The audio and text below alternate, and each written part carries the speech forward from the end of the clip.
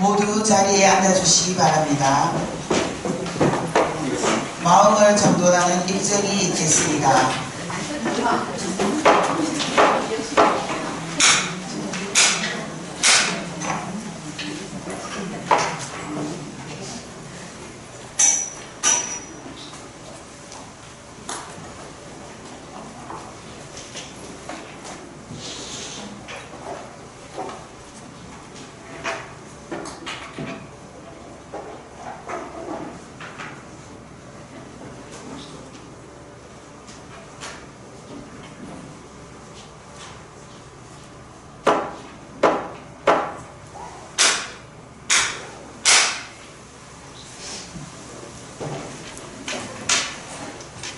우리가 입정이라고 하는 이유는 원래 부처님 경전에 보면 여러분들이 많이 외우시는 경전 중에 하나가 반야심경이죠. 모든 경전은 여시야문 일시불제 어디 미술고도원 미대 여시야문 일시불제 사위국원 여대 비구중 1250인 이렇게 이게 이제 모든 경전은 그렇게 시작이 돼요. 근데 우리가 읽고 있는 반야심경이 없잖아요. 내가 있어요. 있는데 그걸 생략한 거예요. 그리고 여러분 외우시는 건강경 같은 경우도 이제 그게 있죠. 그런데 부처님께서는 법문하시기 전에 우리 건강경에도 그 부분이 빠져 있는데 원문에 보면 마음 챙김을 하셨다. 다시 말해서 명상, 우리 입정이라고 하는 이런 의식을 통합니다. 그래서 나서 부처님이 설법을 하시거든요. 그래서 그것을 이제 현대식으로 입정이라고 해서 큰 스님들 법문하시기 전에 잠깐 이렇게 입정을 하는 거예요. 도파경 같은 경우는 읽어보시면 우량의 처삼매에 드셨다 이런 말이 나오죠. 여러분 잘 아시는 해인사라는 건 어디서 나왔어요? 화엄경을 설하실 때 해인삼매에 들어가 계시다가 법을 설했거든요. 삼매라는 이름이 붙어 있어요. 그래서 해인삼매, 무량의 처삼매 이런 식으로. 그래서 그것이 이제 말하자면 법문하기 전에 입정을 하는 거예요. 알고는 있으면 좋겠죠. 건강경도 원문 산스크리트 원문에 보면 부처님께서 법을 설하시기 전에 잠깐 마음 챙김, 챙김 이런 거를 하고 계시는 장면이 있는데 한문으로 번역할 때 그 부분이 빠져 있어요. 그리고 초기 경전과 대성경전의 차이점은 뭡니까? 여시야문 일시불제 사위국 이쪽에서 어디에 누구와 함께 있었다 비구중 1250인구 이게 반드시 있는 문장인데 대승불교는 그 뒤에 보살들이 나와요. 그 나오고 난 뒤에 보살들이 있었다 해서 보살들 이름들이 쭉 나와요. 그게 차이점입니다. 초기 경전에는 보살 이름은 없고 대승경전에는 보살 이름들이 다 들어있습니다. 자, 오늘 우리가 공부하는 내용은 열애장사상이라고 하는데 생소하죠. 열애장사상. 근데 이게 이제 나중에 중국으로 넘어가면 불성, 부처님의 성품 이건 많이 들어봤습니다. 우리가 일체중생 시류불성이다. 모든 정생은 다 부처가 될 수 있는 성품을 가지고 있다. 이런 말들. 그리고 한문경전에는 불성이라는 말이 엄청 나옵니다. 부처의 성품을 우리는 가지고 있다. 근데 그 오리지널이 뭐냐면 열애장사상이에요. 이 열애장사상이라는 것이 인도에서 있었는데 이것이 중국으로 넘어가서 이름을 바꾸면서 불성이라는 이름으로 바뀌어져요. 왜 이제 불성과 열애장사상은 그러면 근본 뿌리는 같은데 그게 왜 이렇게 다른 이름으로 바뀌면서 열애장사상은 사라지게 되는데 불성은 오히려 중국에서 살아남았느냐 하는 이야기예요. 열애장사상은 불교의 흐름에서 인도에서는 사라졌습니다. 그런데 이게 중국으로 가서는 오히려 불성이라는 이름으로 살아났어요. 그래서 한문경전에는 불성이라는 이름이 엄청 많이 있습니다. 그럼 어떤 이유 때문에 그러냐? 근원을 우리가 한번 살펴보고, 그리고 불교가 인도에서 출발을 해서 중국을 거쳐서 한국으로 왔는데 잘 아시다시피 불교는 적응을 하면서 변화하는 거예요. 우리가 삼법인 배우잖아요. 모든 것은 무상하다, 변한다 했잖아요. 그러니까 모든 것은 변하기 때문에 예외가 있을 수가 없는 거예요. 그러면 모든 것이라는 게 모순이 생기겠죠. 모든 것은 변한다 했는데 나는 안 변해. 그러면 모든 것이라는 말이 무슨 일이에요? 모든 것 안에는 나도 들어가고 다 들어가야 돼요. 그러니까 모든 것은 변한다라고 할 때 부처님의 법 또한 변을 가야 되는 거예요. 무슨 아시겠죠? 그래서 이게 인도 사람들이 가지고 있는 생각하고 중국 사람들이 가지고 있는 생각이 좀 달랐어요. 그게 뭐가 다르냐면 지난 시간에 우리가 생각을 해보면 인도 사람들은 대단히 분석적이라고 그랬어요. 그게 인도가 아리안족 그 위에 뿌리는 그렇고 그 사람들은 서구적인 생각을 가지고 있는 사람들. 그럼 서양 사람들이 늘 머릿속에 두고 있는 것은 이분법이에요. 흑백 논리예요. 흑백 논리. 선, 악, 뭐 이런 식으로. 그런데 또 동양의 사상은 어떠냐 하면 그게 하나로 합쳐진 이론론이라고 해요. 하나가 되는 거예요. 다시 말해서 동전의 양면처럼 동전의 양면은 한 몸이라고 해요. 근데 앞뒤가 있지만 한 몸이죠. 그죠? 동전 자체가 그렇잖아요. 그런 것이 바로 동양 사람들의 생각이에요. 근데 인도라든지 서양은 이걸 쪼개는 거예요. 그래서 우리가 윗바사나 뭐 이런 말을 쓸 때 그 위라는 말이 쪼갠다 이런 뜻인데 나눈다 이런 뜻인데 모든 것을 분석하는 거예요. 그러니까 부처님 사상을 들여다보면 모든 것을 부처님이 쪼개서 분석을 해요. 쪼개갖고 분석을 합니다. 그래갖고 하나씩을 다 파악하고 합치는 거예요. 다시 쪼개놓고만 많은 것이 아니라 그걸 다시 합치는 거예요. 그래서 부처님께서 만일에 이교도들 다시 말해서 다른 외도들하고 대화를 하거나 이렇게 하면 그 사람이 잘못하는 것을 논파합니다. 하나씩 하나씩 쪼개다가 이건 잘못됐고 잘못됐고 잘못됐고 하는 걸 딱 해놓고 포용하는 거예요. 이 방법이 대단히 중요한 겁니다. 우리는 무턱대고 끌어안으려고 해요. 뭐 좋은 게 좋은 거 아니냐. 그죠? 우리 뭐 지나가는 거 다 믿고 살자. 뭐 이런 식으로 해서 끌어안고 살려고 그러는데 그게 불교적인 시대이 아니단 말이에요. 불교는 잘잘못은 논하는 거예요. 딱 요건 잘못됐고 요거는 이치에 안 맞고 요거는 이렇다 해놓고 그 다음에 스스로 교정할 수 있도록 하고 끌어안는 거예요. 내치는 것이 아니라 넌 저기하고 내치는 것이 아니라 생각이 다를 수도 있지. 그러나 네가 스스로 생각할 때 그건 잘못된 것이라고 깨달으면 오케이. 들어와. 그러니까 부처님이 뭐라 했어요? 다른 종교를 믿는 사람이 부처님 불교에 기이하겠습니다. 아, 그럼 필요 없다. 그때 불교에 기이 안 해도 된다. 너 종교 네가 믿는 걸 그냥 가지고 믿고 살아라. 그렇게 말씀하십니다. 그게 뭐냐면 진리라고 하는 차원에서는 불교는 진리를 가르쳐주는 것이니까 다르다. 그래서 인도 사람들은 분석하고 통합. 중국은 통합, 처음부터. 이게 굉장히 달라요. 보는 시각 자체가. 거기에서 이런 예례장과 불성의 사상이 나뉘어집니다. 자, 하나씩 우리가 살펴보도록 하겠습니다. 이 예례장이라는 말은 인도 말로 타타가타 가와라는 말인데 이게 무슨 말이냐면 열의 장이 이렇게 번역을 했는데 열의 이 장이라는 감추어져 있다 이런 뜻이거든요. 그런데 이 인도 말로는 무슨 말이냐면 열의 태다라는 거예요. 태. 이걸 잘 기억하셔야 돼요. 부모가 아기를 잉태했다는 거예요. 엄마가. 그러면 뱃속에 애가 있는 거죠. 이 애는 완성품입니까? 아직까지는 미완성품입니까? 예? 아직까지는 나와야 엄마 뱃속에서 나와야 정상적으로 이제 애가 되는 거죠. 아직까지는 미완성이죠. 그러니까 불교에서 열애장이라고 말할 때는 열애가 장, 태아가 있다 이 말은 태아가 될 수 있는 어린애가 될 수 있는 것은 지금 성장하고 있다. 그러면 뭐가 필요해요? 시간이 필요하죠. 시간이 필요하잖아요. 그 다음 또 뭐가 해요? 영양분이라든지 이런 것들이 필요하죠. 그 두 가지를 갖추었을 때 비로소 나와서 어린애가 되는 거란 말이에요. 근데 불성이 있다라는 말을 가지고 하려면 불성은 부처의 성품이니까 우리는 원래부터 부처다 이런 말을 하잖아요. 그러면 뭔 말이에요? 내가 원래 부처다는 거 아니에요. 그건 차이가 있죠. 예례장이라는 말은 애가 있는 거니까 아직 미완성이야. 그러니까 이게 시간이 필요하고 엄마의 영양분을 통해서 나와서 애가 되는 거고 결국은 애가 나오지만은 불성이라는 부처의 성품을 본래 내가 가지고 있다 이런 의미예요. 그러니까 아까 제가 말씀드린 것처럼 어릴 때부터 성장을 통해서 이 차츰차츰 이렇게 해나가는 거는 인도 스타일이란 말이에요.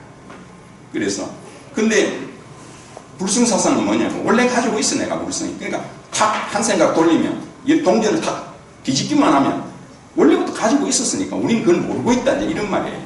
그런 말 많이 들어봤죠. 권선생님 법문하실 때 우리는 원래 부처다. 그런데 내가 그 부처인지를 모르고 있다. 이런 말을 하거든요. 그거가 무슨 차이가 있는지 조금 이제 이해가 되세요? 조금 다르죠, 그죠? 그래서 태아는 그대로 성장하면 태아가 된다. 그래서 열의 태아에는 중생이, 열에는 부모고 자식은, 중생은 그 자식이다. 그래서 우리는 불자라고 한다. 이런 말이에요. 근데 이게 이제 나중에 불성이라는 의미로 바뀌게 된다. 의미는 조금 다르다. 원래. 부처의 불성이라는 부처의 성품이 들어앉아 있는 것이고. 근데 열애장이라는 것은 태아가 들어있는 것이고. 다르죠. 여러분들 동체잡이, 우리가 이제 그 부분을 뛰어넘는데 시간이 없어서 동체잡이라는 말을 하죠. 불교에서 잡이라는 말을 할 때 동체잡이라고 합니다. 이 동체, 한 가지 동자, 몸체자, 몸이 하나다. 이런 뜻이거든요. 그건 여러분 기독교에서 사용하는 말이 사랑, 러브라는 말이잖아요. 그죠? 사랑이라는 말의 어원이 뭐냐면 라틴어로 아기를 감싸고 있는 자궁이라는 것입니다. 열애장하고 비슷한 의미를 주고 있죠. 아기를 감싸고 있는 자궁. 그게 사랑의 어원이라고 그래요. 그건 뭘 의미해요? 하나다. 그래서 저리 오면 우리 여신도님들한테는 보살 이름을 붙여주는데 남자 우리 불자님들한테는 보살 이름을 안 붙여주잖아요. 계급이 달라잖아요. 여자가 훨씬 계급이 높잖아. 보살인데 근데 보살이라는 이름을 들을 충분한 이유가 있습니다. 왜? 여성은 임신을 하기 때문에 그렇습니다. 임신을 하면 어때요? 뱃속에 아기를 잉태하게 되죠. 그럼 하나가 되죠. 그게 바로 자비예요. 동체자비예요. 기독교에서 말하는 사랑이에요. 그래서 어머니만이 그 동체자비를 할 수가 있는 거예요. 그래서 보살이라는 이름을 붙여줘도 됩니다. 근데 다만 자기 자식한테만 보살이죠. 그죠? 그래서 그게 이제 확장되면 다른 사람도 그게 불교가 그거잖아요. 나도 내 자식을 낳았지만 저 어머니도 자식이 있으면 나와 똑같이 잉태해서 자식을 낳았다. 내게 내 아들이 소중하다. 저분에게는 제 아들이 소중한 것이다. 전쟁이 일어났다. 전 적이니까 죽여도 괜찮다가 아니라 저 적도 집에 가면 가족이 있고 자식이 있는 거예요. 그렇죠? 적에서 보면 내가 적이고 내가 보니까 적이지. 그죠? 절대적인 없는 거 아니에요? 상대적인 거잖아요. 불교적인 시각에서 보더라도. 그래서 폭력을 불교에서 해서는 안 된다는 이유가 동체자이기 때문에 그렇습니다. 그렇게 볼 수 있다면 이 세상은 자, 부처님 세상이 되는 거죠. 그래서 열애장이라는 말 기억 좀 하고 있고요. 자, 뭐 우리 흔히 이런 이야기 하죠. 구름 속에 비치는 해가 있다. 원래 해가 있다는 거죠. 근데 구름이 뭐겠어요? 결국 번뇌망상이죠. 우리의 번뇌망상이 꽉 끼어 있다. 그래서 흐린 날이 계속되는 것이다. 저걸 걷어내면 밝은 태양이 빛난다. 이게 불교에서 보는 시각이에요. 그렇죠? 우리가 번뇌망상으로 꽉 끼어 있으면 굳은 날이 계속되는 거다. 남의 탓이 아니다. 자, 그리고 열애장의 뜻을 제대로 이해하려면 이거 한번 보세요. 저게 뭘까요? 왼쪽에 있는 저게. 뭐같이 보이나요? 왼쪽이. 무가만 떡이네. 네? 떡이 뭐라고? 배고픕니까? 왜 떡으로 저기 떡으로 보이네? 저거 웬 떡이냐는 맞습니다. 자, 이게 이제 뭐냐면 금광석이에요. 그래서 금값이 엄청나죠. 저 안에서 이제 금을 채취하는 거예요. 근데 일반 사람이 보면 떡으로 보이는 저걸 금이 있다고는 모르는 거예요. 사람들이 금이 있는지 모르는 거예요. 그런데 만일에 금의 전문가는 저거 보면 금이 있다는 걸 알겠죠. 이거 차이예요. 그럼 우리도 저거와 똑같아요. 그러니까 열애장이라는 것은 불안정한 금강석이에요. 금강석이 순금은 아니에요. 재련을 해야 돼요. 그렇죠? 그리고 우리가 금을 가지고 있다 이런 말에서는 맞을 수 있죠. 금을 갖고 있으니까. 그죠? 근데 금 위에 불순물이 많죠. 그러니까 뭐예요? 재련을 해서 불순물을 제거하면 순금이 나오는 거죠. 근데 이것을 지금 아는 사람이면 저게 가치를 둘 거예요. 아, 저거 금이야. 재련만 하면 저 요새 금값이 얼마인데 이래 되겠지만 모르는 사람은 어떻겠어요? 그냥 던져내버린다는 거죠. 예전에 이런 그 일화가 있잖아요. 어느 스님이 제자에게 이 돌을 가져가고 시장에 가서 팔아라 이랬다. 그 대신에 얼마 줄 거냐 그러면 팔지는 말고 그냥 가져오라. 그러니까 가지고 가서 팔로는 가는데 누가 얼마 준 다음에 팔지 말고 가져오라는 거예요. 흥정을 하고 말을 하는 거지. 그 첫날 갔더니 어디고 팔 거냐고. 아니 팔 거다. 10만 원 줄 테니까 팔려느냐고 이러니까 스님이 팔지 말라 그랬잖아. 가져왔어. 스님이 물었어요. 그거 얼마 준다 하더냐. 10만 원 준다 하더니 다음 장난 또 나가봐라. 또 역시 팔지 말고 그냥 가져온 거야. 그 다음 장난을 갔더니까 이거 팔 거냐고. 그냥 100만 원 줄게 팔아라 하는 거야. 팔지 말라 했으니까 또 들고 왔어요. 그 얼마 준다 하더냐. 100만 원 준다고. 다음 장난에 또 나가봐라. 얼마 줄라 그랬냐. 이게 1000만 원 줄 테니까 팔아라는 거죠. 팔지 말라 해서 또 들고 왔어요. 스승이 이러시기를 너가 아무것도 몰랐으면 나는 10만 원에 팔았다. 그러나 그 가치를 몰랐다는 거죠. 근데 네가 남을 통해서 그 가치를 확인했을 때 1000만 원이 넘는 가치라는 걸 알았지 않느냐. 이게 바로 나 자신의 가치다. 우리는 우리 자신을 너무 싸게 내놓는다. 불교가 지금 이걸 이야기해요. 너란 존재는 위대한 존재야. 이게 천상천하 유아독존의 뜻이에요. 우리 모두는 대단한 가치를 가지고 있고 내가 뭘 하느냐에 따라서는 그 가치는 무한할 수가 있어요. 도둑질을 해서 제가 갖고 있는 도둑 금을 다 잃어버렸는데 그게 한 4천만 원을 지금 잊어버렸대요. 옛날에 엄청나게 그 많았던 모양이었죠. 나도 모르고. 그래서 제가 이제 교도소 가서 그 강의를 하면서 했어요. 누군가 우리 집에 와서 금을 훔쳐갔다. 그 당시에. 그런데 그 사람이 정말 어려워서 그 금을 가져가서 잘 썼다면, 내보다 더 잘 썼다면 나는 후회할 거 없다. 뭐 어차피 그 사람이 잘 썼으면 되니까 잊어먹을 수밖에 없었으니까. 그런데 그 가져가서 그거를 작물에 팔아갖고 더 싸게 팔았고 그걸 술 처먹었다면 그거는 죄를 받아야 돼요. 그거예요. 우리 모두도 똑같습니다. 내가 가지고 있는 이 능력을 어디에 쓰느냐에 따라 달라요. 여러분들이 가지고 있는 이 가치를 딱 인정을 하니 그게 바로 불교에서 말하는 열애장 사상의 핵심이에요. 무슨 말 알겠어요? 우리를 너무 싸게 여기지 말아라. 그러니까 내가 돈이 있을 때 이 돈을 어디 쓰느냐에 따라서 내 가치가 달라지는 것이고 하룻밤에 술 먹으러 가서 몇 백만 원 쓰느냐 그렇지 않으면 정말 어렵고 힘든데 내가 이 돈을 써서 그 많은 사람들이 그것으로 생명을 유지하고 할 수 있느냐 다른 거 아니에요. 그 가치 판단은 누구야? 본인이야. 그래서 이걸 우리가 확실히 알아야 돼요. 우리는 금강석을 가지고 있는 존재다. 그러니까 완전한 체력은 아니에요. 그렇죠? 근데 이게 다른 점이 뭐냐면 중생은 그 돌로 보는 거예요. 그 부처님은 어떻게 봐요? 금은. 그 차이죠. 그래서 불교가 어려운 거냐 부처님이 깨달으신 내용을 우리한테 전해주는 것이니까 우리는 자꾸 중생의 입장에서 그게 감당이 안 되는 거예요. 사실은. 부처님 입장에서는 너무 뻔하고 나도 겪은 것이기 때문에 이야기해 줌에도 불구하고 우리는 그걸 받아들이기가 힘든 거예요. 왜냐하면 내 스스로를 너무 낮춰보기 때문에 그런 거예요. 그래서 여기서 예장이라는 건 무한한 가능성을 가지고 있다는 거예요. 이걸 말하는 순금이 되는 거예요. 자, 열애장 사상의 경우 원래 불교 경전에도 초기 경전에도 이런 말이 있습니다. 자성은 청정하다. 원래 우리의 마음은 청정하다. 이런 말들을 하고 있습니다. 그러니까 불교 경전의 대성 경전들이 보면 뭐 불자라는 말, 불종, 부처님이 종자다. 또 성기품이라는 게 있는데 이게 화엄경의 핵심 사상. 나중에 우리가 배우게 되겠는데 성기품이라는 게 뭐냐면 우리가 가지고 있는 성품이 일어난다.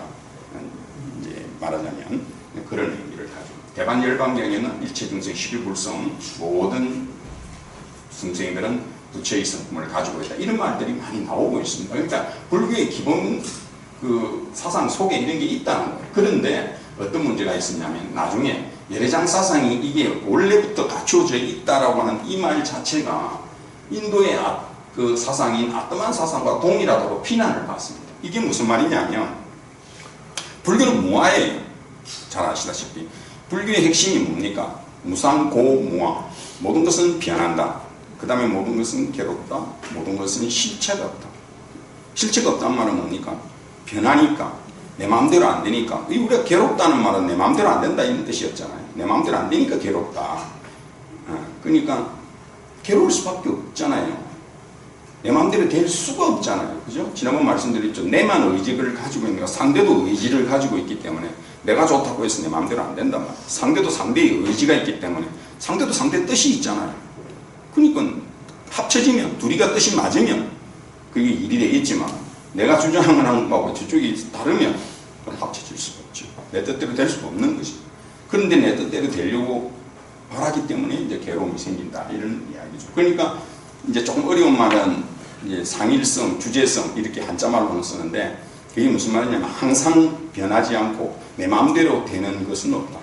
그러므로 무하다, 실체가 없다. 이렇게 이제 불교에서는 무상고무아를 논리적으로 설명을 합니다. 그러니까 불교의 핵심이 뭐냐면 그 세 가지. 그래서 무하다. 지난 시간 공사상에서 뭘 배웠어요? 공이라는 말 자체가 무하, 실체가 없다는 무하에서 나왔다. 이 말이었죠. 그래서 모든 것은 없다 했는데 아트마님처럼 뭔가가 있다라고 하는 게 모순이 생긴다. 이렇게 주장을 한 겁니다. 그래서 이제 이게 예래장사상이 유식사상, 다음 시간에 배우게 되는 유식사상이 일어나면서 붕괴되어 버렸습니다. 그래서 이 예래장사상은 사라지면서 유식학으로 들어갔지만 중국으로 들어가서는 아까 말씀드린 것처럼 이 불성사상으로 발달을 해서 동아시아 불교사상에 큰 영향을 미칩니다. 그래서 중간 유식학, 지난 시간에 배운 중간 사상 유식은 인도에서 불교가 사라질 때도 있었지만 중국에서는 같은 계통인 삼론종과 법삼론종을 50년도 채우지 못하고 오히려 이 불성사, 이게 인도에서는 사라졌는데 이게 오히려 중국에 가서 이것들이 오히려 이 안으로 들어가 버린다는 예래장사상으로 들어가 버리는 거예요. 이런 차이가 있습니다.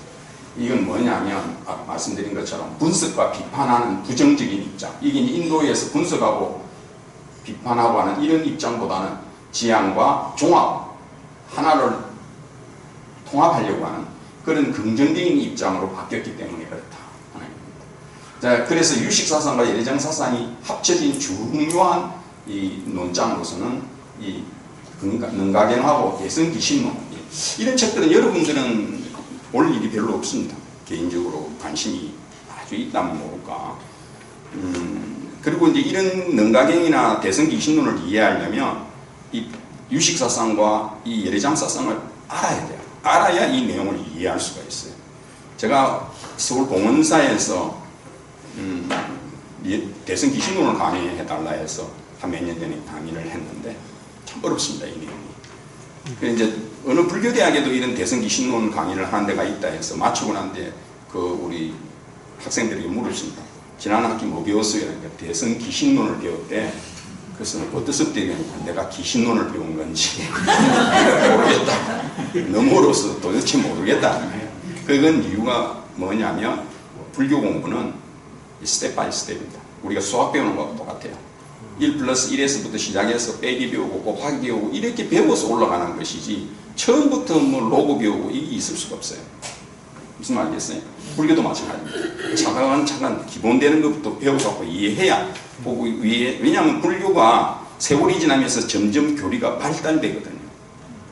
그래서 지난 말씀드린 것처럼 인도 사상의 특징이 포개는 거예요. 그러니까 기존으로 있는 그 위에 또 포개고 또 포개고 포개고 이렇게 되는 거지 버려버리는 게 아니에요. 앞에 거 틀렸으니까 버리고 새로 시작하는 게 아니라 그 위에 다시 포개는 거예요. 그러니까 불교도 마찬가지예요. 초기 불교, 고불교, 대성불교를 포개는 거예요. 그러니까 지금 우리가 배우고 있는 대성불교거든요. 이게 굉장히 어려운 거예요. 기본적으로 초기 불교를 이해해야만 이해할 수 있습니다. 그래서 대성기신론을 공부하려면 기본적으로 예래장이나 유식사상을 알고 계셔야 됩니다. 자, 이 말이 참 대성기신론에 나오는 말입니다. 수파불이라는 말. 원래 이제 우리 마음이 진여문이 있고 원래의 마음이 있고 이것이 이제 생멸, 일어났다 사라지는 그런 문이 있다. 이제 이런 표현을 쓰는데 대성기신론이 이심 두 마음이 있다. 이제 이런 말을 합니다. 이게 참 이거 봐보세요. 수파불이라는 게 무슨 말이냐면 물과 파도는 둘이 아니다 이런 뜻이에요. 자, 잔잔한데 이 파도가 왜 있니까? 잔잔하잖아요. 그러다 어느 때 파도가 있죠. 왜 있죠? 태풍이 불면 일게 되고 태풍이 뭡니까? 건네망상이에요.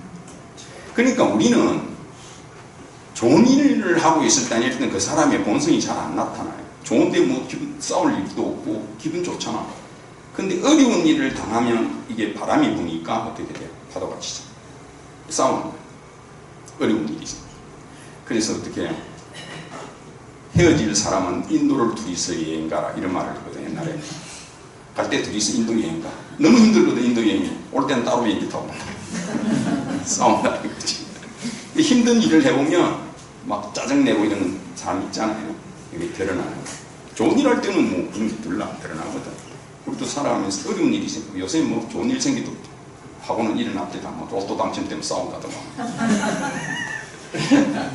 어쨌든 좋은 일에는 예, 괜찮은데 일이 번뇌망상이 부르주면 파도가 수파불리다. 그런데 어때요? 그 사건이 끝나면 또 잠잠해지잖아요. 파도가 늘 치는 게 아니잖아요. 우리 마음은 원래는 파도처럼 잔잔한데 바람이 불면 이게 일어났다. 수파불리다. 이런 표현을 씁니다. 물과 파도는 둘이 아니래. 그러면 나중에 화엄경사상에 가면 또 어떤 거냐? 여기 또 조금 표현이 바뀝니다. 바닷물이 아니고 조청 같은 바람이 불면 조청이 일어나겠어요? 조청이 있는데 바람이 분다고 조청이 파도 치듯이 일어나겠습니까? 그거 안 일어나요. 바람은 같이 부는데 어느 왜 안 일어나요? 이건 전기가 있거든. 그거 꺼놔야 하려니까. 그러니까 내 마음이 어때요? 굳어지 그 전기가 있으면 안 일어나요. 그러니까 내가 파도가 일어난다는 건 뭐 내 마음이 어떻다? 그러니까 바람이. 그래서 이제 환경사상은 뭐냐면 바람이 불어서 일어나는 것이 아니라 똑같은 현상을 보더라도 내가 일어난 거야. 이렇게 보는 거예요. 내가 파도인 내가 일어나고 싶어 일어났지. 네가 바람 분다고 내가 일어난 거 아니야. 이렇게 보는 거예요. 똑같은 현상을 볼 때. 무슨 말 알겠어요? 그게 이제 화엄사상하고 이 열애장사상의 대승기 신론에서 말하는 거하고 좀 차이점이라고 볼 수 있습니다. 이건 이제 비유를 드는 겁니다. 열애장사상을 뭐 더러운 것에 쌓인 순금으로도 보고 뭐 이렇게 쭉 비유를 하고 있습니다. 그러니까 경전으로 보면 승만경, 부정불감경, 대반열반경 뭐 이런 경전들이 있는데 뭐 이런 경전들 여러분들 특별히 보지 않으면 보기가 힘든 경전들입니다. 그런 사상이 있다는 것 정도만 이해하시고 대반열반경에 이제 나와 있는 말씀입니다. 한번 같이 읽어볼까요?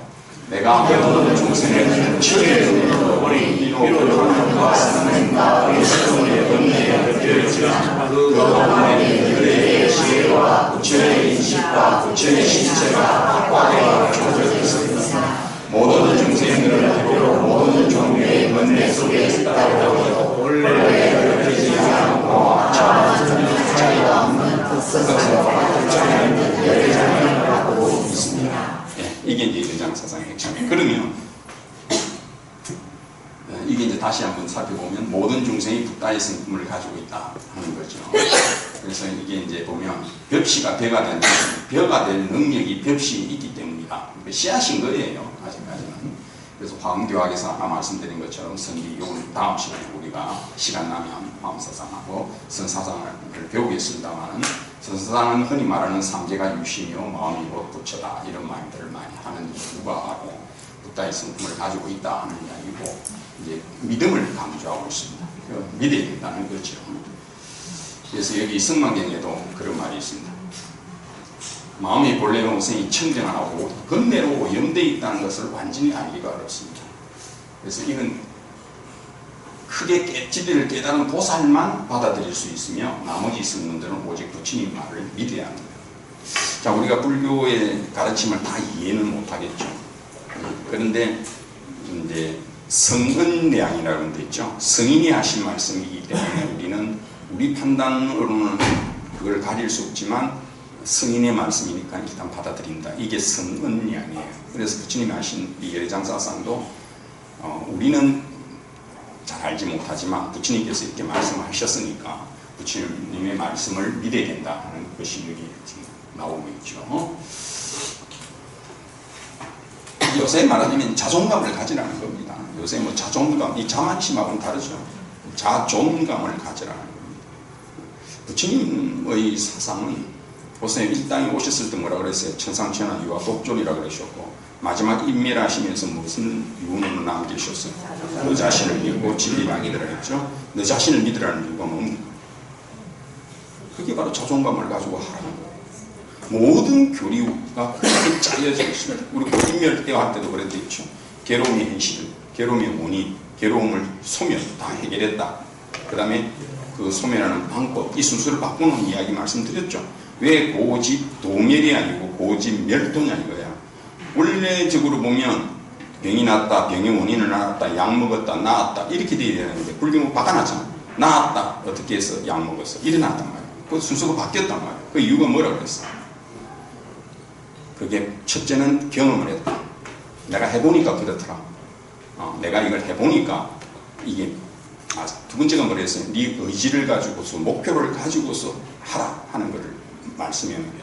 목표가 없으면 안 한다는 말이에요. 아무리 좋은 걸 가르쳐줘도 그 목표를 삼고 이루겠다는 그 마음이 없으면 의미가 없다는 거예요. 그래서 그걸 먼저 말씀해 주시고, 그래서 항상 이렇게 그 다음에 이제 정토신앙을 실천하라.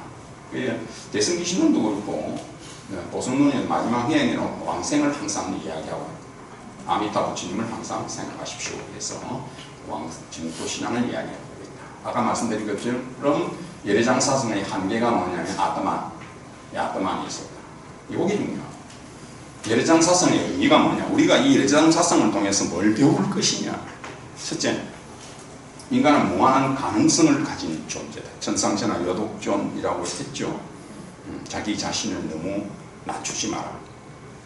우리의 가치는 대단한 것이다. 우리 자신의 가치가 대단하다는 것을 인정하자.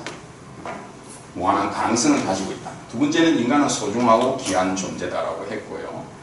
세 번째가 뭡니까? 이게 모든 중생은 본질적으로 평등하다. 왜냐하면 모두가 부처가 될 수 있는 성품을 같이 가지고 있기 때문에 평등하다는 거죠. 키가 크다, 키가 작다. 뭐 제가 그러냐? 제가 눈이 좀 작습니까? 눈이 좀 작습니까? 그럼 저는 그게 불만이 있어요. 왜 눈이 작지 내가? 해부를 해갖고 내 눈알을 끄집어내면 여러분 눈알하고 크기가 어떨까요? 같죠? 근데 왜 작다 해요? 세밀하게 보게. 응? 집중하게 볼 수 있도록. 집중하게 볼 수 있도록 눈이 째진다? 하기야 제가 눈치가 없다 할 때 우리나라 사람들이 치자를 붙이는 고기 안 보세요. 꽁치, 멸치, 칼치 다 쪽쪽 쪄져 있잖아요. 그 눈치도 부족해요. 근데 그게 뭐냐면 저는 그래서 내가 눈이 작은 게 아니고 눈을 덮고 있는 그 눈꺼풀이 좀 크다. 그렇죠? 그러니까 그걸 접어 올리면 커지잖아. 수술해가 이렇게 접어 위로 올라. 그렇죠? 아 그래? 그러니까 우리가 보는 관점의 차이예요. 겉을 보기 때문에 눈이 작다 이렇게 표현하는 거예요. 그래서 모든 중생은 본질적으로 평등하다. 그 다음에 이 4번이 마음에 들어요. 저는 모든 인간은 교정과 지도에 의해 새롭게 탄생할 수 있다. 제가 TV를 잘 안 봅니다만 예전에 한번 얼른 본 것 중에 참 재미났던 게 뭐야 우리 남편이 변했어요. 뭐 이런 프로가 있어요. 있으죠. TV가 이제 지금은 많이 달라지겠습니다. 다 여성 중심으로 하는 거라 우리 아내가 변해서 이런 프로는 없는데 우리 남편이 변해서 이런 프로는 있더라고. 그럼 아내는 뭐 다 착하고 뭐 그래서 그게 없나. 참. 그러니까 우리 남편이 변해서 할 때 보면 도저히 불가능합니다 했는데 전문가가 와서 하니까 바뀌잖아요. 그러니까 그 다음 나오는 게 뭐야? 반려동물 대상을 또 하대요. 그런 프로가 있대요. 우리 아이가 변해서 이거 나오더만 하는데 동물도 이제 나와갖고 그 뭐 반려동물들을 길들이는 게 나오잖아요. 그러니까 말귀를 알아듣지 못하는 동물도 우리가 노련한 사람이 오니까 조련사가 오니까 바꾸지 않습니까? 그럼 누가 문제였어요? 누가 문제였어요? 그 사람을 바꿀 수 있는 능력이 없었다는 문제는. 그렇죠? 자기 방식으로 바꾸려니까 안 됐던 거예요. 그 사람의 방식대로. 그게 이제 불교에서 말하는 대기설법이고 명투야식설법 아닙니까? 그 사람이 근기를 보고 그 사람이 어디 아픈가 보고 약을 주듯이 그 사람이 이해 능력을 보고 약을 주는 거예요.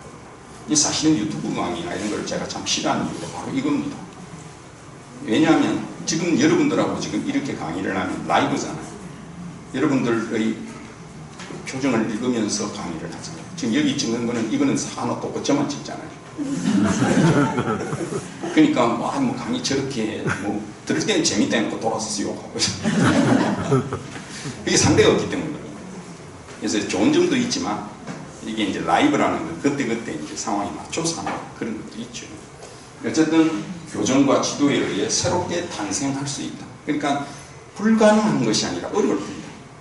우리는 제가 제일 싫어하는 말이 고르니우스의 뭐 매듭이라는 거죠. 알렉산드로스가 그죠? 고르니우스의 매듭이라는 이야기가 있잖아요. 이 매듭을 풀면 아시아를 정복한다. 이 이야기를 듣고 갔다는 거 아닙니까? 그거 보니까 안 풀리더라 이거야. 자기도 역시 알렉산더. 그 어떻게 해서 바로 잘라버렸단 말이에요. 그러놓고 우리는 그걸 마치 푸는 것처럼 이야기하는 거잖아요. 근데 푸는 겁니까 그게? 자른 거지.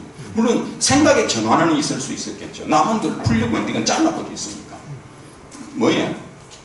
해결했다는, 어쨌든 묶였던 게 풀렸다는 그 개념에만 이 사람들은 포인트를 두는 거죠. 그러나 문제는 뭐였습니까? 이것 자체가 쪼여있는 걸 해결하는 것이 아니라 푸는 거였어요. 문제는 푸는 거였죠. 그러니까 우리가 흔히 말하는 계란을 못 세우니까 깨가 세웠다. 그렇죠. 생각의 전환은 될 수 있습니다. 다 그냥 세우려 했는데 깨서 세웠으니까 세운 건 세운 거 아니냐 이렇게 볼 수 있지만, 목표를 이룬 거 아니냐고 볼 수 있지만 문제에서는 틀린 거예요. 그렇게 물었던 게 아니었죠. 원래 문제는 푸는 문제였어요. 근데 우리 쉽게 모든 것을 해결하려고 그러죠. 내가 뭔가를 하려고 그러면 수단과 방법을 가리지 않고 그걸 하려고 하는, 그러고 난 뒤에 그것을 정당화하는, 이렇게 해서는 안 되는 거죠. 그건 일시적으로는 그것이 인정받을지는 모르지만은 근본적으로는 맞지 않죠. 그래서 우리가 어떤 뭐 예를 들어서 애내 말 안 들으니까 돈 주고서 말이지, 돈 줄게 해라 이랬고 하는 거 보고 애가 말을 들었다 이렇게 말할 수는 없다는 거죠. 그죠? 근데도 어쨌든 했지 않았느냐? 그러면 이제 또 맞는 말처럼 보이지만 우리 문제는 너무 쉽게 그렇게 풀어가려고 한다. 근본 문제가 해결이 안 되는 거예요. 그래서 우리가 치료와 치유가 다른 점이 그거죠. 치료는 이렇게 외적으로 약을 주고 해서 하는 거지만 치유는 스스로가 그걸 해결해 나가는 것이잖아요. 몸을 맞추러 가보면 밤이 시원합니다. 몸을 다 맞춰주니까. 근데 갔더니 뭐 이거 지금 몸을 교정하려면 일주일에 2번 쉬고 와갖고 뭐 몇 달을 와야 합니다. 한 번 올 때마다 그 당시 5만 원인데 돈 계산하니까 감당이 안 돼. 그래서 못했어. 그 돈이 그렇게 많지는 않아요. 그래갖고 어떡하냐. 집에서 내가 해야지 할 수 있냐. 그래갖고 뭐 혼자서 그냥 하는 거죠. 시간이 오래 걸리고 하지만 그렇게 해서 해결을 할 수밖에 없더라. 그러니까 내가 스스로, 왜냐하면 몸이 이렇게 치우쳐진 것이 이게 습관이 되어 있기 때문에 이걸 바로 해놔도 자꾸 습관적으로 또 하는 거예요. 이 습관을 고치지 않으면 한번 마찰하게 이렇게 해놔도 다음 또 돼. 그러니까 계속 이제 하는 거죠. 그래서 치료보다는 치유 쪽으로 이제 우리가 나가야 된다. 그렇게 이제 효과는 천천히 보겠지만은 어쨌든 우리는 스스로를 치유해야 된다. 거기에 딴다면 이 여자사는 대단한 겁니다. 우리 스스로는 할 수 있는 능력을 가지고 있어. 조금 어렵지만은 해보다 보면 조금씩 개선해 나가는 것이다. 말씀드린 것처럼 이제 중국 사람들은 원래부터 불성을 가지고 있어. 네가 완전체라는 거예요. 근데 이걸 한 바퀴만 탁 생각만 뒤집으면 이게 이제 도노사상. 탁 뒤집으면 된다. 생각의 전환. 이건 이제 중도식이고 인도라든 이런 쪽은 전체적으로 스텝 바이 스텝 하나씩 수행을 통해서 바꿔나간다. 이렇게. 그래서 이게 이제 대단히 예장 사상이 대단히 중요한 사상이었다. 그 다음에 오늘 시간이 없어서 유식 사상 조금 들어가고 다음 시간에 유식 같이 하도록 하겠습니다. 유식 사상을 모르면 우스갯소리로 이런 말을 합니다. 유식해지지 못한다. 왜냐하면 이 유식 사상은 대단히 매력적이에요. 이게 뭐냐? 마음 공부예요. 마음을 연구하는 학문이 유식입니다. 우리가 분리해서 마음이라는 말을 참 많이 쓰고 있죠. 아마 부처님 불자 마음 다음으로 많이 쓰는 게 아마 마음 신자 아닐까 싶어요. 마음이 어떻다. 근데 저는 처음 불교를 공부할 때 참 싫어했던 단어가 마음이라는 단어를 사실 싫어했어요. 왜 싫어했냐면 핑계거리로 이걸 많이 써먹더라 이거예요. 니 왜 안 하는데? 내 마음은 가 있었는데. 마음 안으로 얘기 다 한다 그래. 그래서 이건 좀 뭐 아닌 것 같다. 그래서 마음을 좀 제대로 여러분들이 이해하시면, 제가 이제 시간만 좀 충분하면 제가 이번 학기에도 그 불교 우리 부동부대학교에서 15년 동안 마음과 뇌라고 하는 강좌를 강의하고 있어요. 뇌가 하고 계시는 교수님하고 저하고 융복합이라고 해서 같이 수업 시간에 들어가서 공부를 하는 시간입니다. 그분은 뇌를 이제 전공을 하신 분이고 저는 불교 쪽이죠. 근데 이제 제가 이제 강의하면 그분은 뒤에서 수업을 들으시고, 그분이 강의하시면 제가 이제 뒤에서 수업을 듣고, 그래서 제가 먼저 마음에 대해서 설명하면 그걸 뇌과학적으로 설명하고 하는 그런 강좌는 굉장히 이제 인기도 있고, 동국대학교 아니면 할 수 없는 강좌이기 때문에 저희들이, 그분도 퇴직하셨고 저도 퇴직했지만 그 수업은 계속되고 있습니다 지금. 근데 그걸 하면서 느끼는 게 뭐냐면, 불교에서 말하는 마음은 추상적이잖아요. 마음이 추상적인데, 이걸 이제 오늘날 같이 MRI가 발달하고 하면 쉽게 다 머리 해부를 다 촬영을 다 할 수 있잖아요. 이런 현대과학하고 이게 과연 2600년 전에 부처님이 말씀하신 거하고 맞아떨어질까? 그렇잖아요. 그죠? 2600년 전의 이야기고 지금은 현대과학이 발달한 이런 시절에 이게 부처님이 말씀이 이게 맞아떨어지냐 이 말이에요. 고민했죠. 근데 다행히도 이분이 말씀하시기를 너무 신기하다. 부처님이 그 당시에 MRI도 없고 아무것도 없는데 이걸 어떻게 알고서 이렇게 하셨는가. 자기가 생각할 때는 이건 깨달은 분이 아니면 모를 거다. 이렇게 말을 해요.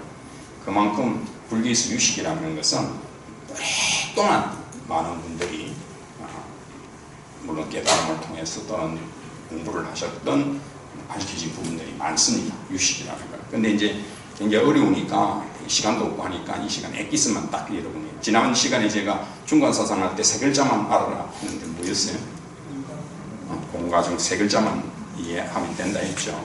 유식도 나중에 간단하게 여러분들이 이해할 수 있도록 설명은 좀 하겠습니다만 그렇게 하겠습니다. 그래서 우리가 배운 게 공사상이었고 예리장사상 배웠죠? 그 다음에 이제 유식사상을 배웁니다. 단계적으로 지금 배우고 있죠. 공사상, 이건 잘못 이해하면 허무주의에 빠지고 그렇게 부정적인 생각을 가진다 이렇게 됐고, 예리장사상은 뭐냐면 모든 중생이 부처의 성품을 가지고 있다고 하는, 현실에서는 사람들마다 예능력과 착하고 나쁜 행동을 하는 게 다르다. 부처의 성품을 가졌는데 왜 다를까? 그렇잖아요. 다 모두가 부처의 성품을 다 가지고 있는데 다 다르잖아요. 우리가 행동하고 뭐 착한 일, 나쁜 일 하는 것들이요. 왜 다를까요? 그걸 설명할 수 있는 것이 이 유식사상, 마음의 구조를 통해서 우리가 설명할 수가 있다 하는 것입니다. 그래서 이것은 불교 유식 심리학이다 이렇게 볼 수가 있습니다. 그래서 이 유식사상은 이 두 가지 사상을 다 이제 비판하면서 궁극적 목표인 승부를 할 수 있는 단계까지 이룰 수 있다 하는 것을 말하고 있습니다. 마음의 구조를 설명한다. 이건 넘어가겠습니다. 유식에 대해서 경전들도 있는데 이 경전도 넘어가고요. 그래서 불교에서 유식에서 말하는 것이 여러분 만법 유식이다. 지난 시간에 제가 말씀드렸는데 불교에서 이 법이라는 말,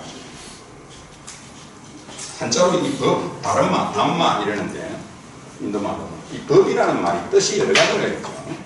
불법성 할 때 뭐 우리가 불법성 할 때 그 법은 말이었고, 그 다음에 이제 이 법은 진리라고 하는 의미로도 사용되고, 또 말 그대로 법, 의무, 인도에서는 주로 이제 이런 의미로 사용된다 했죠. 의무, 사람이 어떻게, 이거는 우리말로 법이죠. 헌법, 민법 뭐 이런 법이 출석되어 있고, 그 다음에 또 뭡니까? 제법무하다. 모든 것은 이런 것 같아. 제법 뭐 이런 말 쓰죠. 또 여러분들이 안이비 설신의 색성양 미초 법 할 때 법이 있죠. 그죠? 그 법은 뭐냐라고 하면 존재를 이야기해요. 그러니까 생각할 수 있는 모든 것 이런 뜻이잖아요.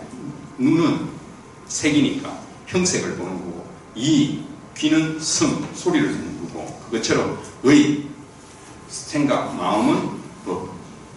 생각할 수 있는 모든 것 이런 의미죠. 대상이 되는 거. 그래서 이거는 모든 것, 존재 뭐 이렇게 말할 수 있어요. 영어는 보면 everything. 이런 의미. 또 하나는 우리가 말하자면 뭐 이거하고 비슷한 말입니다만 부처님 말씀, 부다스 티칭, 부처님 말씀 이렇게 여러 가지로 사용됩니다. 이 법이라는 말이. 이때 만법이라는 것은 이런 의미로 봅니다. 모든 존재, 다시 말해서 생각할 수 있는 이 세상에 존재하는 모든 것은 뭐다? 유식, 오직 식이다 했는데 여기에서 이제 여러분이 또 하나 아셔야 될 것은 불교에서도 한자로 안이비스 봅시다. 우리가 마음이라고 하는 걸 부를 수 있는 게 뭐냐면 색수상행식이라는 게 있죠. 막 반신경에 나와 있는 거. 거기에 보면 색 플러스 수, 상, 행 플러스 식 이렇게 구분할 수 있어요. 색, 수, 상, 행, 식인데 요건 물질을 뜻했죠. 우리 몸 뭐 이런 물질이고 요 네 가지는 정신적인 요소예요. 수, 상, 행, 식은 이 중에서도 요거를 마음이라고 할 수 있어요. 요걸 구분하면 정신 네 가지 중에서도 요거는 마음이고 요걸 조금 어려운 말로 마음 요소라고 이야기해요. 또 혹은 뭐 마음 작용 뭐 이렇게 이야기해요. 요것이 작동됐다 이런 의미예요. 그래서 요걸 마음이래요. 요 한자로 보면 우리가 아니비 색수상행식 할 때 한자로는 이렇게 식이죠. 그 다음에 안이비 설신의가 있었죠. 색성양 미촉구박해. 그때 안이비 설신의 할 때 이 의라고 하는 거. 이게 뭐냐면 번역할 때 보면 안, 눈, 귀, 코, 혀, 몸, 생각 또는 마음 이렇게 번역하거든요. 안이비 설신. 또 여러분들 불교가 무엇입니까? 이럴 때 재앙막작 중승 봉행 자정기의 시제불교다 이렇게 개성으로 이야기하는데 그때의 번역을 하다 보면 나쁜 짓은 하지 말고 좋은 일을 하고 그 마음을 깨끗이 하라 이렇게 번역했는데 원문에 보면 자정기의 일어났단 말이에요. 그 자정 한자로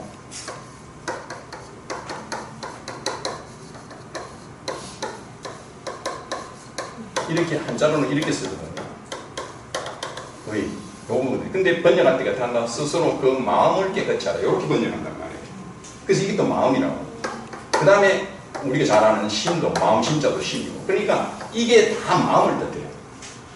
식, 의, 신, 이 세 가지가 번역을 할 때 다 마음으로 번역해요. 아시겠어요? 그러니까 불교 공부를 좀 하시다 보면,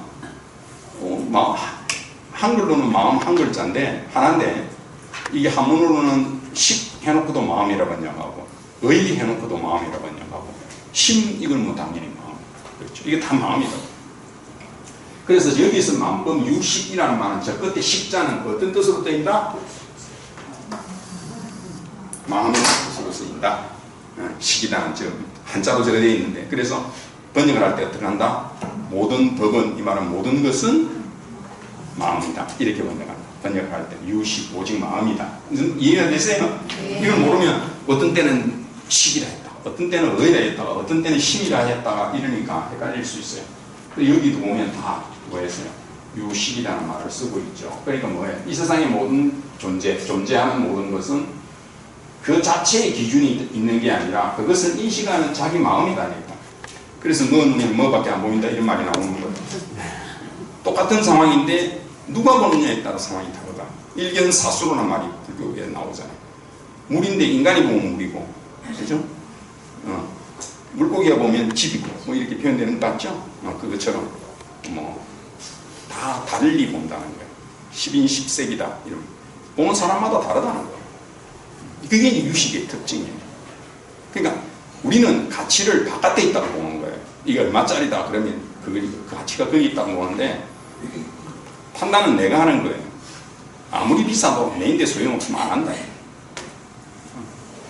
사람이 욕심이 한 점 없죠. 집에 가면 우리 볼펜이 집에 가면 한 타스는 뭐 있노? 필통에 가득 있죠. 네. 안 쓰는 게 가득 있죠. 네. 그거 어떻게 채취하려합니까? 근데 오늘 어디 갔더니 기부야 팀으로 또 준다. 가져왔습니까? 안 가져왔습니까? 안 쓰는 게 그만큼 많은데도 갖다 또 꽂아놔. 저도 이제 그걸 이것도 어떻게 없애지? 이래갖고 이제 구치소 갔다가 그 재소자들한테 하나씩 주려니까 그건 또 안 되는데 스프링이 들어있으면 안 되는데 못 준대. 줄 데도 없어 이제 이거는. 그 다음부터는 어떻게 하냐? 어디 갔는데 누가 아무리 조연 그들 주도 남 받는 것 듣고 볼펜이면 안 받아옵니다. 그냥 주도 안 받아. 어떤 데는 안 받아온 분이 파카 볼펜이더라고. 비싼 걸 주더라고. 그래도 안 받아왔습니다. 네. 마음이 좀 동하더라고. 비싼 건데. 근데 아이고 뭐 집에도 많은데 안 쓰는 거 뭐 이런 안 받아왔습니다. 그러니까 우리는 욕심이 있는 거죠. 그러니까 이제 그러고 나면 그걸 보더라도 저는 이거 뭐 나 필요 없어 이러면 만 원짜리라도 안 가져. 지금 볼펜이라면 그게 뭐냐면 보는 사람에 따라서 가치가 달라지는 거야. 배고플 때 빵 한 조각하고 배가 부를 때 빵 한 조각은 다를 수밖에 없잖아요. 그러니까 우리가 못 가졌기 때문에 너를 갈구하는 거예요. 내가 좀 넉넉하면 어떻겠어요? 뭐 그게 뭐 먹는 거에 매달리고 왜 그러겠어? 그래서 그런 말 하잖아요. 심리적으로 보면 명품을 가지고 가는 사람들은 다 마음이 허하다 그러잖아요. 그걸로 가지고 자기가 커버를 하려고 하는, 보상받으려고 하는 거다 그러잖아요. 그래서 우리 스스로가 명품을 만들어 놓으면 된다. 그렇죠? 그러니까 여기 나타나는 것처럼 인식하는 자기 마음에 달려있다. 그 다음에 우리가 인식하는 세상은 실제로 존재하는 것이 아니라 마치 눈병을 앓는 이에게 나타난 아지랑이와 신기루 꿈과 같다. 그러니까 이 세상에 모든 것은 내가 지난번 전에 말씀드렸잖아요. 인식하지 못하면 불교에서는 존재하지 않는다 그랬죠. 근데 뭘 비유했습니까? 제가 이 탁상을 이야기했죠. 탁자 다 보이잖아요. 네. 존재하고 있죠. 네. 있죠. 근데 내가 강의하다가 쿵 부딪혔다. 아이고 아파라. 그럼 제 순간은 이게 저도 있는 거 봤어요. 봤는데도 한순간 이걸 인식 못하면 부딪히면 아픈 거예요. 그 왜? 내가 자학한 것이 아니라 그 순간에는 이게 나인데 없었다. 인식하지 못하면 없다. 그게 그거예요. 그러니까 다 있다 해도 내가 인식 못하면 없는 거예요. 모든 사람이 다 있다 해도 여러분 다 보여? 근데 저 혼자만 못 본 거예요. 그러니까 부딪히는 거죠. 이게 바로 불교에서 보는 인식론이에요. 인식하지 못하면 없는 거예요. 집에 금덩어리를 넣어놔도 모르고 있으면 없는 거예요. 없는 거예요. 그걸 발견했을 때 있는 거예요. 그러니까 어떻게 보면 아까 우리 예리장사상처럼 우리 모두는 대단한 존재라는 것을 우리 스스로가 모르고 있다는 거죠. 그 가치를. 그러니까 가치 없게 행동하는 거예요. 제가 학생들한테 그래요. 대학교 1학년 야, 너 지금까지 크는데 돈 얼마쯤 들어간 거 같니? 너 몸 하나에 들어간 돈이 얼마쯤 된 거 같니? 졸업하는 데까지 얼마 들어갈까요? 뭐 평범하게 키웠다 하더라도 몇 억 들어갔어? 먹고 자고 몇 억 안 들어갔을까요? 20년 동안 20년, 한 5년, 4, 5년 가면 억 들어가겠죠. 사교육비 들어간 사람 더 많이 들어갈 거고. 그런데 네가 만일에 억대 되는 자가용을 끌고 다니면서 파킹해놨는데 누가 옆에서 뭉콕했다면 얼마나 마음이 상하면. 그죠? 맞아요. 근데 네 몸뚱아리 지금 몇 억짜리야. 근데 네 몸을 그리 함부로 굴린단 말이야. 몇 억짜리 몸을 그리 함부로 굴리냐고. 왜 네 가치를 모르냐고. 그렇죠.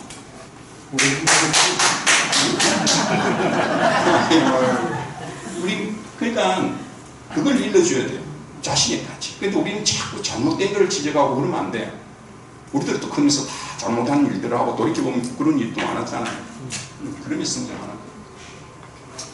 자, 이게 이제 유식무경이라는 말도 썼어요. 유식, 아까 저기 오직 마음이다 이 말이죠. 식자가 마음이다 했습니다. 이 불교에서 경자라는 말이 무슨 말이냐면 우리가 안이비 설신 너리 육근 이렇게 말하고 색성향 미촉법을 육경 그랬잖아요. 혹시 이제 뭐 교리를 공부하다 보면 그런데 불교에서 이 경자는 우리가 뭐 스님들이 경계 이런 말로 많이 쓰는데 경계 뭐 경계캐는 무슨 말인지 잘 모르겠죠. 이 경자인데 이 경자는 막 대상이다 이렇게 생각하시면 돼요. 눈의 대상, 귀의 대상 이런 식으로 대상이 되는 거예요. 그러니까 내 안에 있는 게 아니라 내 바깥에 있는 것들 대상. 무슨 말이에요? 그래서 우리가 안이비설신이는 내 안에 있는 6개다 해서 내 육처 한자말로는 그렇게 쓰고 바깥에 있는 색성향 미촉법 이런 거는 바깥에서 들어오는 거잖아요. 그게 대상이 되는 거죠. 그래서 그거를 외육처 바깥에 있는 6가지 이렇게 말합니다. 그걸 합쳐서 12처 먼저 불교 교리적으로는 그렇게 설명하는데 그때 보면 육경이라는 말을 써요. 대상이 된다 이런 뜻이에요. 그러니까 이 무경이다, 대상이 없다. 그러니까 오직 내가 인식하는 그게 있지 바깥의 존재는 없다. 이 말이죠. 그 다음에 내 앞을 지나가는 여인이 아름답다고 생각하는 것은 이 말이 재밌죠.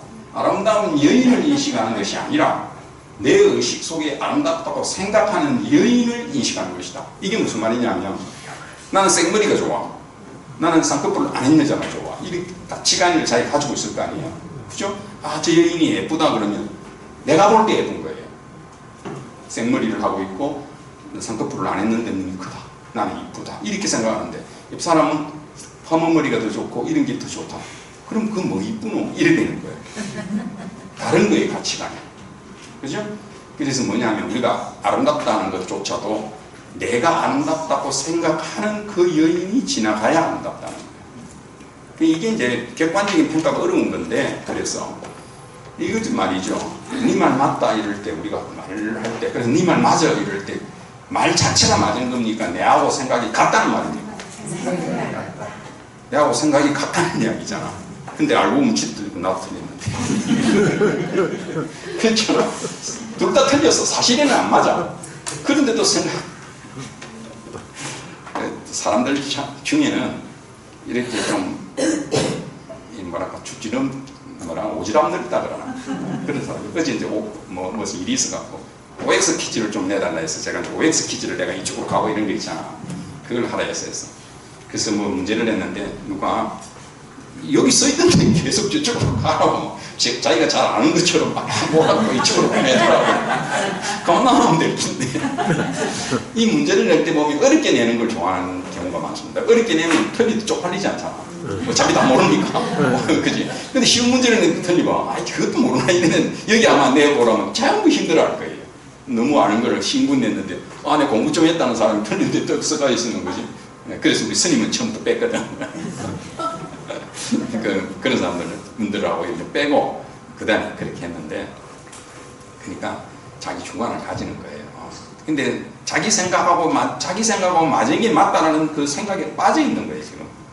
자기는 옳으면 지각이 자기 생각인데, 진실은 하고는 멀어져 있는 거잖아. 틀린 건데 왜 맞는 쪽으로 보내냐 말이야. 그건 자기가 생각하기에 옳다라고 생각하는 그걸로 보내는 거예요. 세상이 사실은 그런 거예요, 우리는. 우리 주장도 다 그런 거예요. 내가 반드시 맞다라고 주장할 수 있어요? 말 못하잖아. 근데 왜 자꾸 우리는 내 주장에 맞도록 동조하도록 바라냐?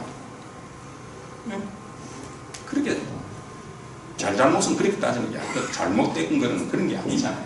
그러니까 이게 뭐냐면 내가 생각하는 자기 중심이라는 거예요. 이게 모든 게. 그래서 여기 아까 말씀드린 것처럼 이거 좀 어려운 말인데 심의식, 요까지가 심의식 여기 있죠, 그죠?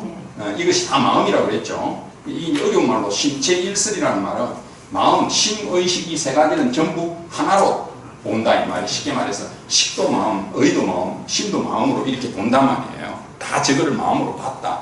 그런데 이 유식에 오면 이걸 분리한다는 거예요. 이게 이제 핵심이에요. 함께 봤는데 심, 의, 식을 다 마음이라 했는데 유식에 오면 이걸 세분화하는 거예요. 나누는 거예요. 그래서 이걸 마음을 쪼갠단 말이에요. 쉽게 말해서. 그래서 우리는 안, 이, 비, 설, 신, 의 할 때 의로 봤잖아요. 의가 마음이랬죠. 그래서 6가지였으니까 그 육식이라고 그랬는데 6번째 있는 식이다 했는데 이거를 3쪽을 내는 거예요. 마음을 3쪽을 내갖고 6, 7, 8로 나누는 거예요. 원래는 6가지로 나누어져 있던 거를 6, 7, 8로 나누어서 8개로 나누는 게 유식이에요. 우리가 안식, 이식, 비식, 설식, 신식, 의식 6가지잖아요. 식자 붙은 게. 그렇게 보다가 분류에서는 7식을 하나 더 쪼개고 8식을 더 쪼개는 거예요. 이게 현대적으로 보면 뭐 무의식 이런 거 있잖아요.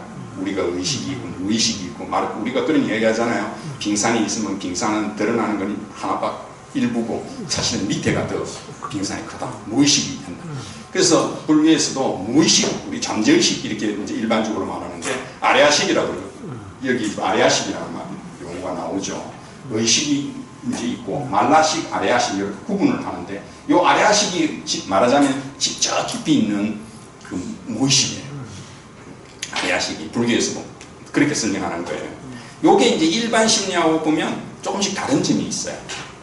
그래서 지금도 같이 강의를 하지만 그 교수님하고 저하고 안 맞는 부분이 뭐냐면 그분은 뇌가 마음이다 이렇게 말하고 있어요. 과학적으로 말하니까 이게 다 생각하고 다 하니까 이게 마음이다. 이렇게 봐버리면 불가하고는 안 맞아요. 왜냐하면 그러면 죽고 나면 어떻게 되냐. 이게 내가 불태워지거나 이게 없어져 버리면 사라지는 거잖아요. 마음이 이제 없어져 버리는 거죠. 근데 불교 입장에서 보면 마음은 그렇게 일반적으로 보면 마음은 없겠지. 당신 죽은 사람이 무슨 마음이 있겠어. 그런데 불교는 윤회한다든지 이런 거 연결을 될 때 어떻게 설명할 거냐는 거예요. 그게 그 설명이. 그래서 불교는 그렇게는 볼 수 없다. 그리고 내가 모든 것을 결정한다 이렇게 말하는데 불교는 마음이 뇌를 바꿀 수 있지 않나요? 마음이 자 이런 거죠. 우리 뇌가 있는데 이렇게 이제 뇌가 있는데 내 요놈이 여기 나중에 구분하다 보면 나와요. 여기 이제 운동하도록 하는 그런 신경이 여기 있는데 요놈이 지시를 내갖고 뭘 지시를 내가 지시를 해서 행동을 한다. 요까지는 우리가 인정하잖아요. 요까지는. 그러면 내가 행동을 하는데 마음이라는 게 어딘지 모르지만 이 마음이 어떻게 한다? 이 뇌를 조정해서 이 뇌가 활동하는 거는 이건 맞고 그렇게 보는데 뇌과학자들은 이게 마음이니까 내가 마음을 만들어내고 행동을 하게 만든다. 이렇게 봅니다. 이게 차이지. 이해가 됐어요? 그러니까 불교는 마음이 일체 유심조 모든 것이 마음이 만들어낸다 이렇게 말하잖아요.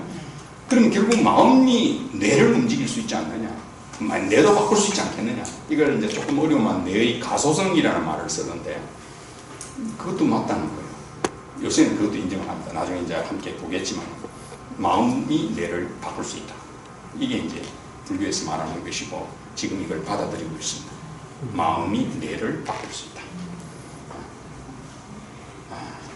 어쨌든 여기까지 합시다. 시간이 저도 지금 시간에서 우리가 2시 반에 있는데 많이 공연을 하든지 못하든지 하고 바로 올라가야 돼서 한 12시까지 다 맞추고 오늘 우리 대회에 좋은 강연해 주신 이철은 교수님께 다시 한번 큰 박수를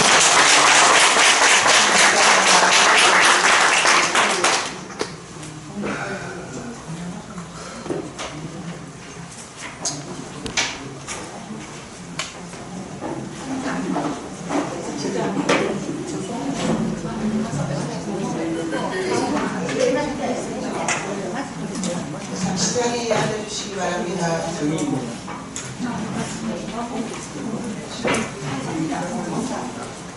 다음 1호 법회 소식입니다. 다음 법회는 사찰순례입니다. 다음은 공지사항입니다. 반야선언 포교사회에서는 1호 법회 회원을 모집하고 있습니다. 1호 법회는 회원님들께서 보시해 주시는 월 만원의 회비로 운행이 됩니다.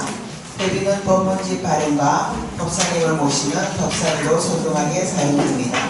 1호 법회 회원으로 가입을 하시면 첫째 사시불공개 축원을 해드리며 둘째 법회 문자 알림 서비스를 받으실 수 있으며 셋째 회원님 가정에 참가 시에 장문연부를 해드립니다.